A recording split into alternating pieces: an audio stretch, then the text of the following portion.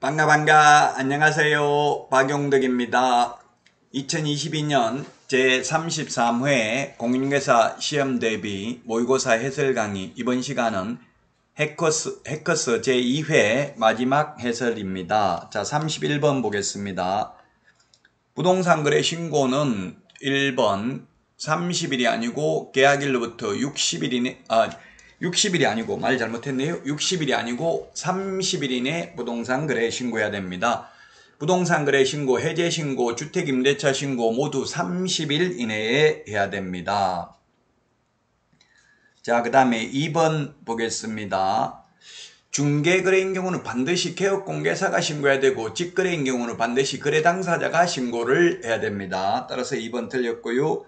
자, 그 다음에 3번은 토지거래 허가구역에 내에서 허가받아도 부동산 거래 신고는 해야 됩니다. 다만 허가받으면은 농지취득자의 증명받은 것으로 보고 계약서 검인은 받은 것으로 봅니다. 답은 4번이 되겠습니다. 개업공개사를 대행해서 소속공개사가 부동산 거래 신고서 제출은 대행할 수 있습니다. 이 경우 소속공개사 신분증만 제시하면 되고요. 물론 전자문서로는 대행할 수 없습니다. 방문신고만 가능하고요. 보조원은 대행할 수 없습니다. 그리고 5번은 모두 중개사물 모두 다 부동산 거래 신고해야 되는 건 아닙니다. 임목공장재단, 광업재단은 중개 대상물이며 또한 매수 신청 대리 대상물이지만 임목, 광업재단, 공장재단은 부동산 거래 신고 대상물이 아니고, 그 다음에 토지거래 허가 대상도 아니고, 농지 취득자의 증명도 아니고, 계약서 검인 대상도 아닙니다. 자, 다음은 32번 문제 보도록 하겠습니다. 정정 신청할 수 있는 사항이 아닌 것, 정정 신청할 수 있는 사항이 아닌 것입니다. 1번이네요. 1번.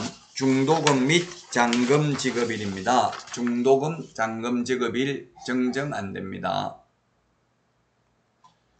왜 그렇겠어요? 이게 잔금 지급일로부터 60일 이내에 소유권 이전 등기 해야 되는데요.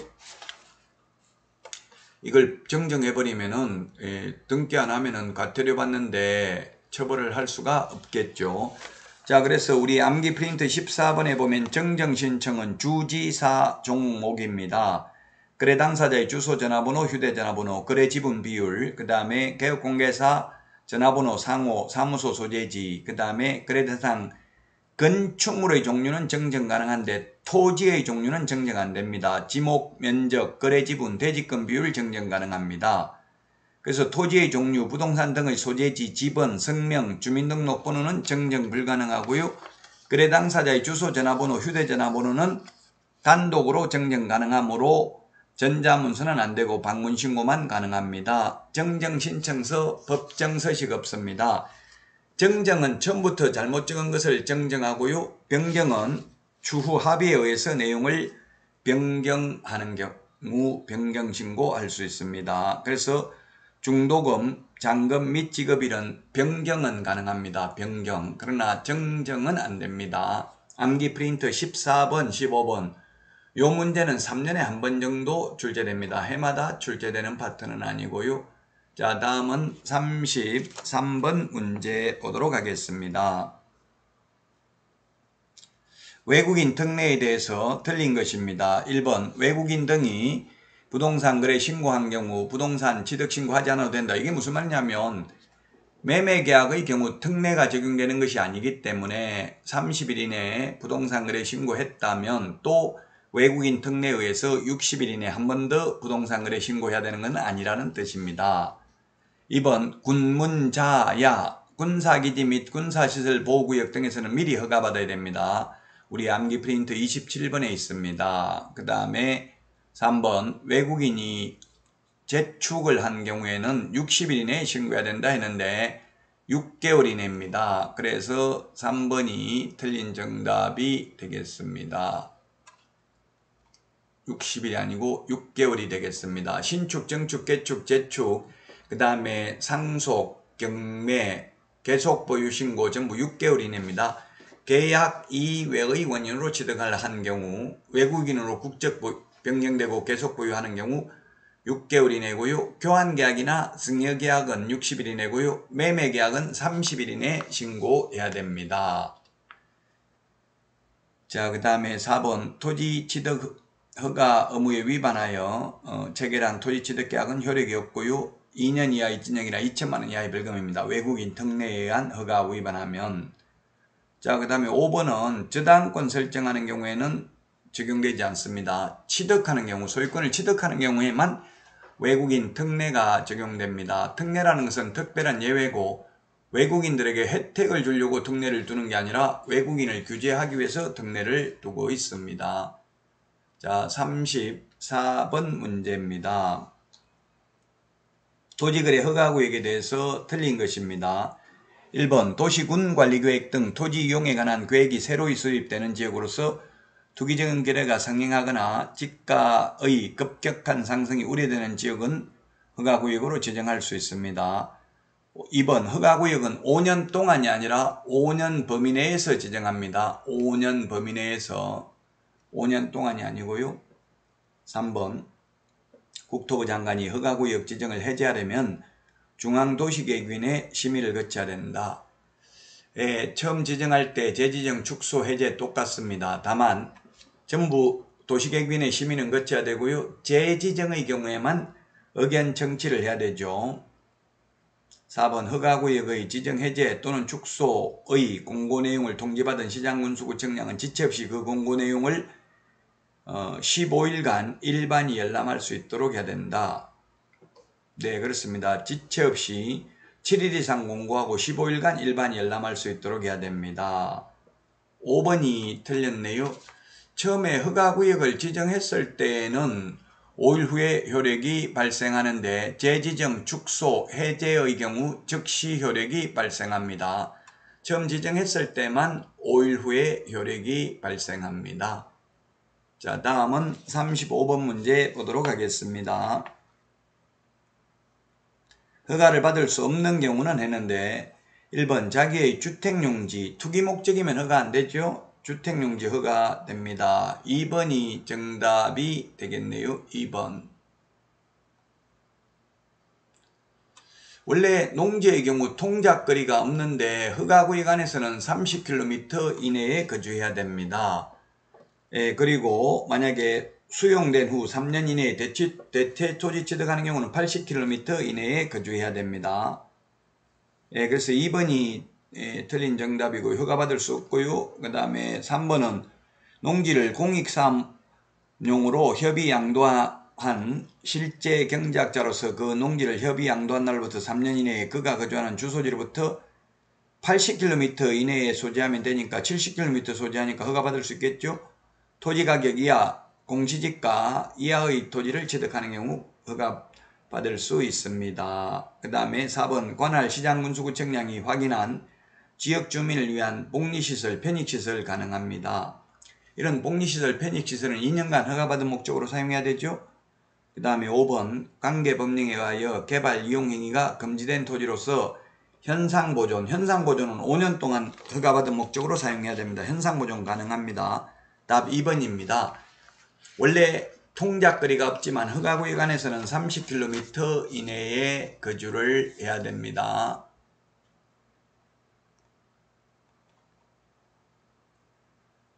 자, 다음은 36번입니다. 장사 등에 관한 법률 옳은 것입니다. 1번 가족묘지를 설치 관리하는 자는 당의 묘지를 관할하는 시장 등의 허가를 받아야 된다.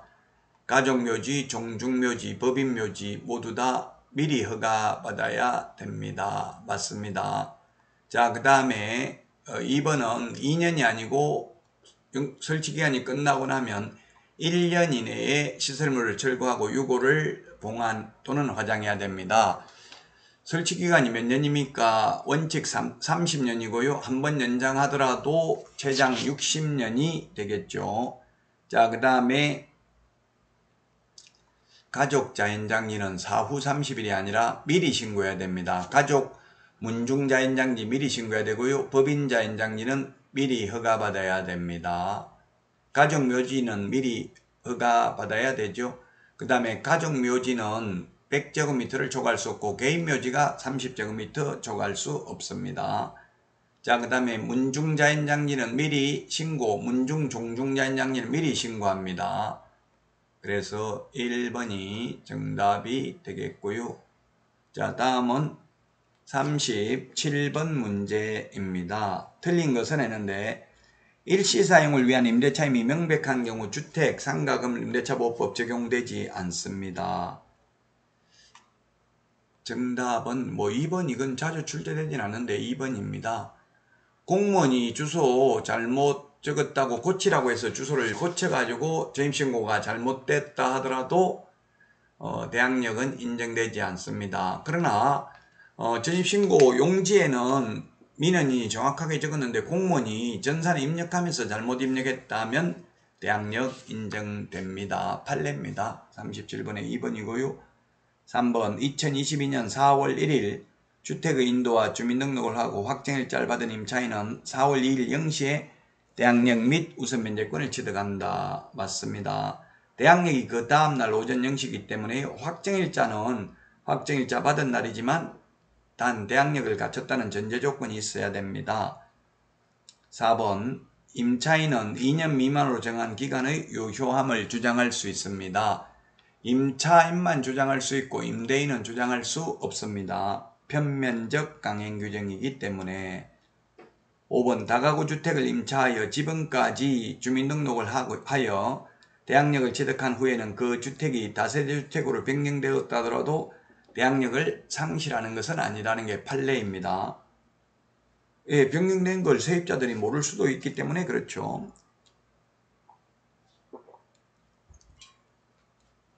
37번에 2번이 답이고요. 다음은 38번 문제 보도록 하겠습니다.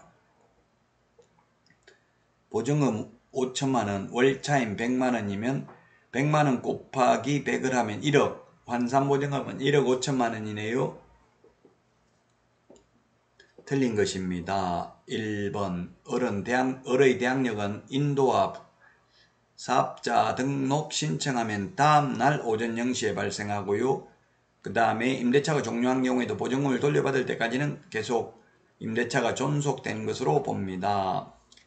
3번 사업자 등록을 마친 을이 폐업 신고하였다가 다시 같은 상호 및 등록번호로 사업자 등록을 한 경우 기존의 대항력 및 우선면제권은 그대로 유지되는 게 아니라 다시 사업자 등록을 한 다음 날부터 대항력이 생깁니다. 따라서 답은 3번이 되겠습니다.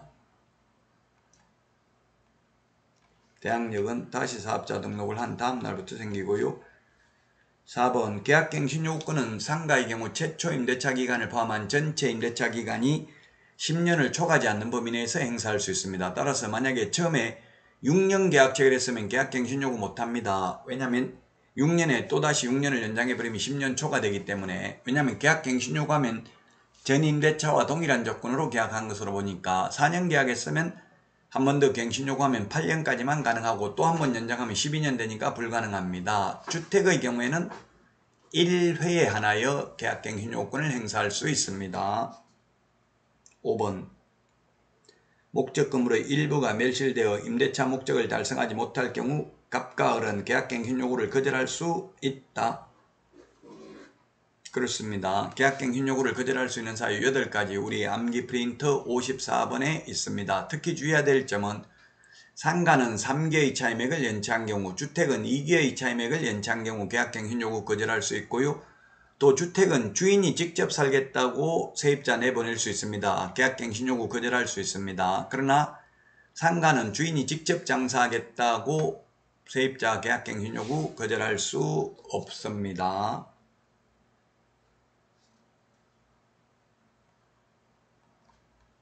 39번 문제 보도록 하겠습니다. 틀린 것입니다. 1번 부동산 매각은 호가, 경매, 기입찰, 기간 입찰 3가지 방법이 있고요. 경매는 시험에 나왔던 거 기출문제 위주로 봐야 됩니다. 3가지 출제됐었습니다. 매수보증금은 최저 매각 가격의 10분의 1입니다.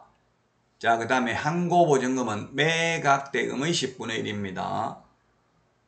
자, 그 다음에 4번 저당권에 대항할 수 있는 최선순위 전세권은 배당 요구하더라도 인수된다.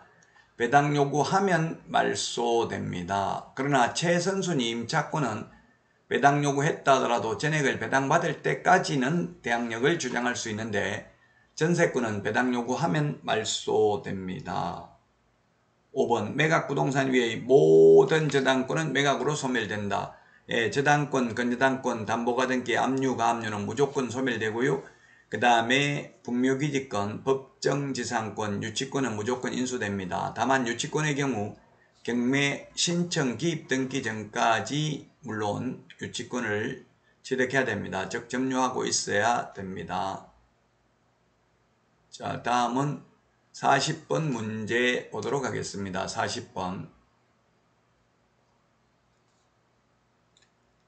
매수 신청 대리의 범위에 해당되지 않는 것이 되겠는데요. 정답은 5번이네요. 5번. 우리 암기 프린터 34번에 보면 있습니다. 암기 프린터 34번에 보면 할 수 있는 거 7가지가 있죠.